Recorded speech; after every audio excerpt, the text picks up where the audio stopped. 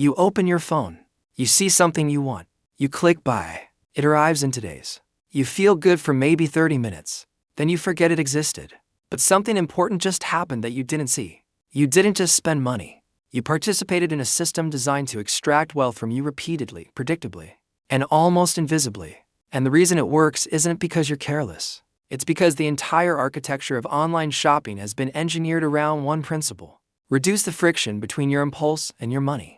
Most people believe online shopping is simply convenient, a tool, a neutral marketplace where you compare prices, read reviews, and make informed decisions. And on the surface, that's exactly what it looks like. But beneath that interface, there's a machinery built by behavioral scientists, data engineers, and financial strategists whose only job is to make you spend more than you intended, more often than you planned, and with less awareness than you realize. This isn't conspiracy, it's business model. And the better you understand how it works, the less power it is over you. The average person now spends over $1,500 per year on items they didn't plan to buy. Not luxuries, not emergencies, just things that appeared, felt reasonable, and got purchased. That number has tripled in the last decade. And it's not because people suddenly became less disciplined. It's because the environment changed. Shopping used to require intention. You had to leave your house, drive somewhere, walk through aisles, carry items, wait in line, and hand over cash or swipe a card in front of another human. Each of those steps created natural resistance, friction, time to reconsider. Online shopping removed all of it. Now the gap between wanting something and owning it is for taps on a screen. And in that speed, something critical gets lost. The moment where you decide if you actually need it. But speed is only the beginning. The real mechanism is more sophisticated than convenience. It's psychological infrastructure. Every element of the online shopping experience has been tested, optimized, and refined to exploit specific patterns in human decision-making. The colors, the language, the layout, the timing of discounts, the placement of buttons, the phrasing of urgency. None of it is accidental. These platforms don't just sell products. They sell emotions. And the emotion they sell most effectively is relief from the anxiety of missing out, combined with the illusion of control through choice. Let's start with what you see when you land on a product page. The price is large and bold.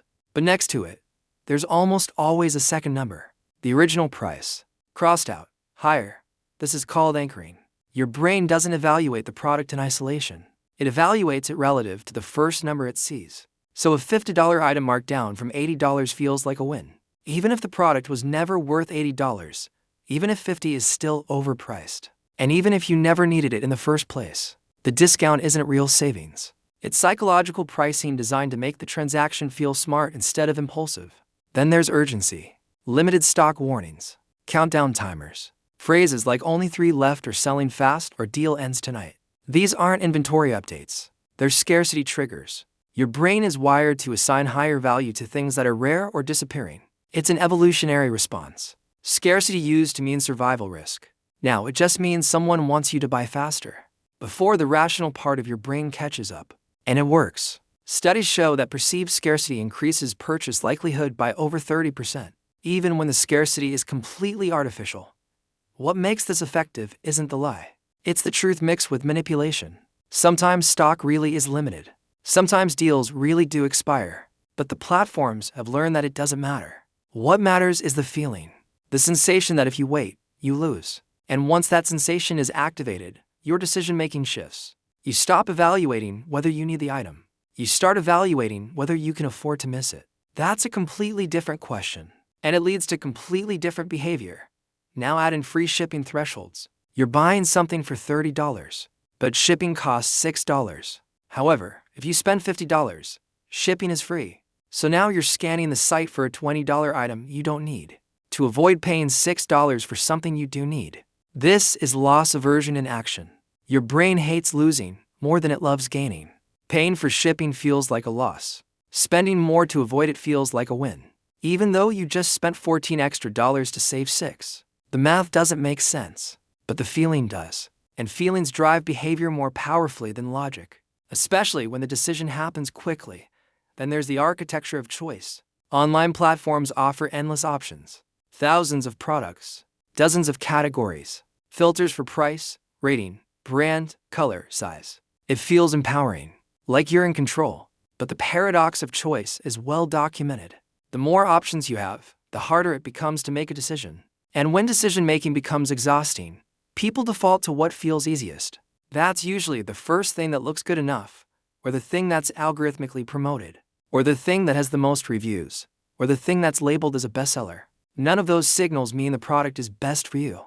They just mean it's been optimized to feel safe. Reviews themselves are part of the system. Most people trust online reviews the same way they trust recommendations from friends. But reviews aren't neutral feedback. They're curated, manipulated, and sometimes entirely fabricated. Companies offer free products in exchange for positive reviews. They bury negative feedback by flooding listings with fake positives. They use review farms in countries where labor is cheap to generate thousands of 5-star ratings overnight. And even legitimate reviews are skewed. People who love a product or hate it are far more likely to leave feedback than people who feel neutral. So what you're reading isn't representative. It's the extremes. And those extremes shape your perception of value in ways that have nothing to do with the product's actual quality. Let's talk about subscriptions. These have become the most efficient extraction tool in online commerce. You sign up for a free trial. It requires a credit card. You forget about it. A month later, you're charged. Maybe you notice. Maybe you cancel. Or maybe you think, it's only $10, I'll use it next month. But you don't. And now you're paying for something you're not using, month after month. Because canceling requires effort and remembering, and navigating through intentionally complicated settings. This isn't an accident. Subscription businesses are built on passive revenue. The profit comes not from customers who use the service, but from customers who forget they're paying for it. Estimates suggest that people waste over $100 per year on subscriptions they no longer use or never wanted in the first place. That's not a personal failure. That's a designed outcome. Then there's one-click purchasing. You save your payment information.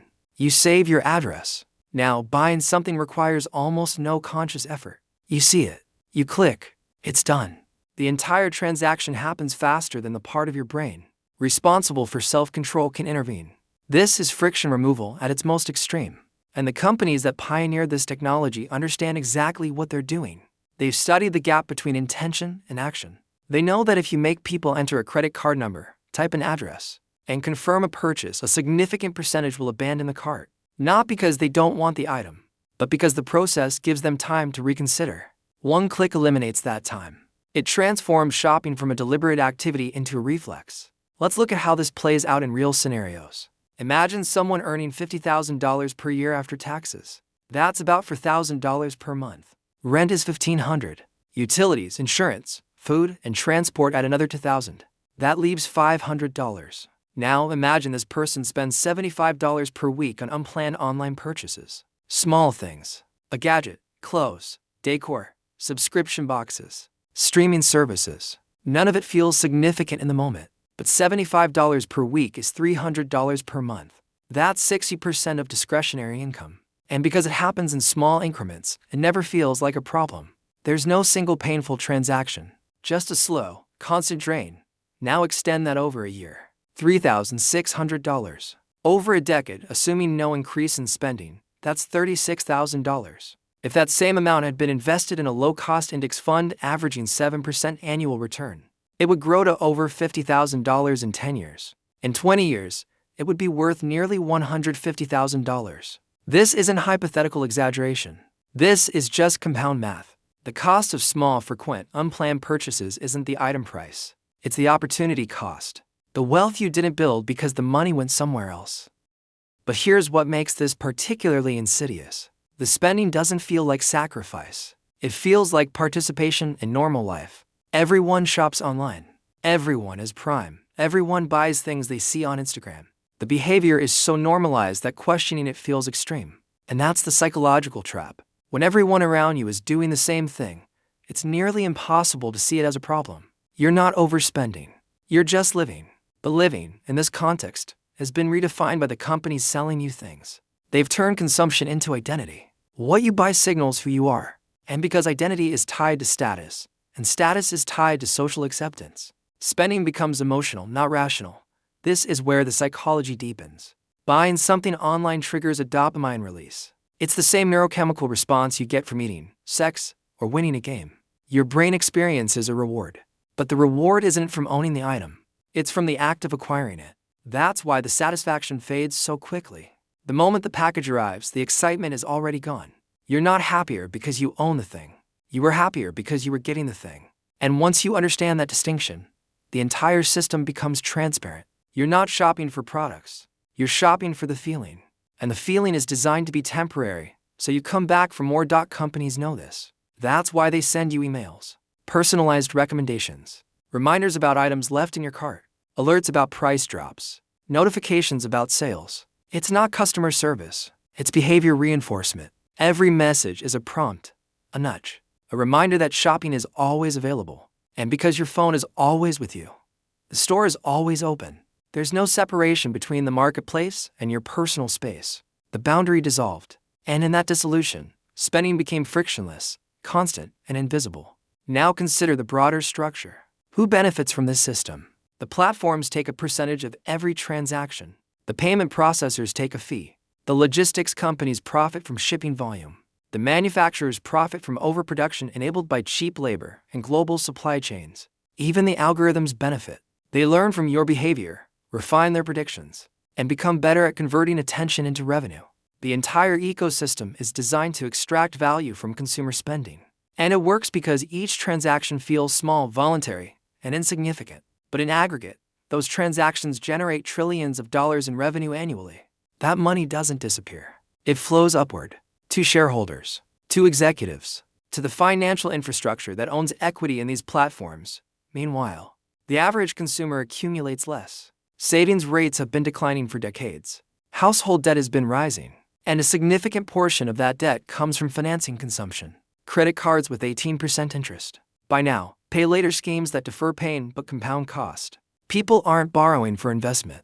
They're borrowing for consumption. And consumption doesn't generate returns. It generates expenses. This creates a cycle. Low savings mean low investment. Low investment means low wealth accumulation. Low wealth accumulation means financial insecurity. Financial insecurity means emotional stress. And emotional stress makes people more vulnerable to the temporary relief that consumption provides.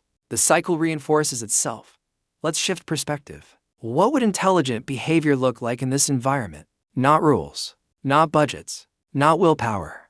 Those approaches fail because they rely on constant self-monitoring in a system designed to overwhelm your attention. Instead, the shift has to be structural. You have to change the environment, not your discipline. First principle: delay. Insert friction back into the process. If you want something, don't buy it immediately.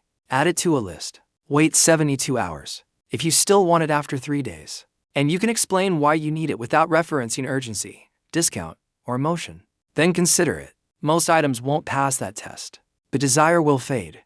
That's not because the product was bad. It's because the desire was artificially triggered. Delay exposes that. Second principle: cost per use. Before buying anything, calculate how many times you'll actually use it. A $100 jacket you wear twice per week for 2 years is 26 cents per wear. A $50 gadget you use once is $50 per use. This framework strips away marketing and forces you to evaluate utility. Most impulse purchases fail this test immediately. They're designed to be bought, not used. Third principle: invisible money isn't free money. One-click purchasing, saved payment methods, buy now, pay later. All of these tools are designed to make spending feel abstract. Counter that by tracking every purchase manually. Not in an app, not automatically. Write it down. See the number. Watch it accumulate. The act of recording makes spending visible again. And visibility creates accountability, not to anyone else, but to yourself. Fourth principle: question the urgency. If something is only valuable because it's on sale or because stock is low, it's not actually valuable to you. Real value is independent of scarcity. A tool you need works the same whether it's discounted or full price, whether it's in stock or backordered. Urgency is a sales tactic. It's not information about the product. Treat it that way. Fifth principle: subscriptions are monthly taxes. Every recurring charge is a commitment to future spending. Treat subscription decisions the way you treat a contract. Read the terms. Understand the cancellation process. Set a calendar reminder to review it in 3 months. Most people sign up in optimism and pay in forgetfulness. Reverse that. Sign up with skepticism and cancel with ease. What this means going forward is that online shopping will only become more sophisticated. Augmented reality will let you see products in your home before buying. Artificial intelligence will predict what you want before you search for it. Voice assistants will make purchasing as simple as speaking a sentence. Biometric payments will eliminate even the need to unlock your phone. Every innovation will reduce friction further. And every reduction in friction will increase spending. Not because people want more things, but because the system makes wanting and having feel instantaneous. At the societal level, this creates economic distortion. When consumption is optimized but production isn't, you get imbalances, trade deficits, debt accumulation, wealth concentration. The people who own the platforms and the infrastructure capture the value.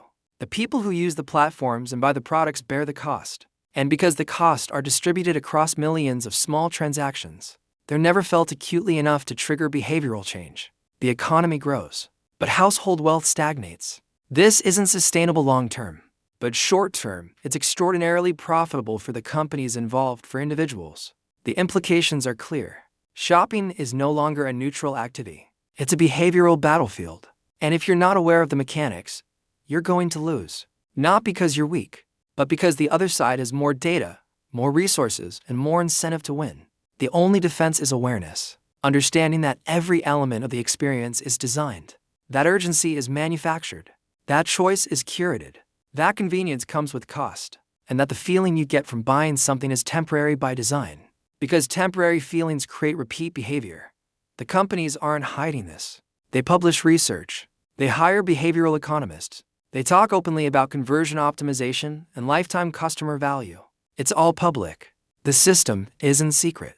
It's just not explained in a way that makes people care. And that's the final layer of the trap. Even when people know they're being manipulated, they often continue the behavior. Because stopping requires changing the environment. And changing the environment requires admitting that the default is designed against you. That's uncomfortable. It's easier to believe you're in control, even when the evidence suggests otherwise. Here's what you take from this. Shopping online is not inherently bad. The tools are neutral, but the platforms are not. They have optimized for their benefit, not yours. If you use these systems without awareness, you will spend more than you intend. You will accumulate less than you could, and you will feel fine about it, because the system is designed to make waste feel normal. The shift isn't about rejecting technology. It's about using it intentionally. Delay purchases. Track spending. Eliminate subscriptions you don't use. Ignore urgency. Calculate cost per use. Treat your attention and your money as finite resources, because they are. And recognize that every time you click buy without thinking, you're not just spending money. You're reinforcing a habit that compounds against your long-term wealth. The system will keep evolving. It will get faster, smarter, more personalized. But the principles don't change. Awareness creates resistance. Resistance creates choice. And choice, real choice, is the only thing that protects you from a system designed to make choosing feel unnecessary. Watch your behavior. Question what feels automatic. And remember that convenience isn't free. Someone is profiting from your ease. Make sure it's not at your expense.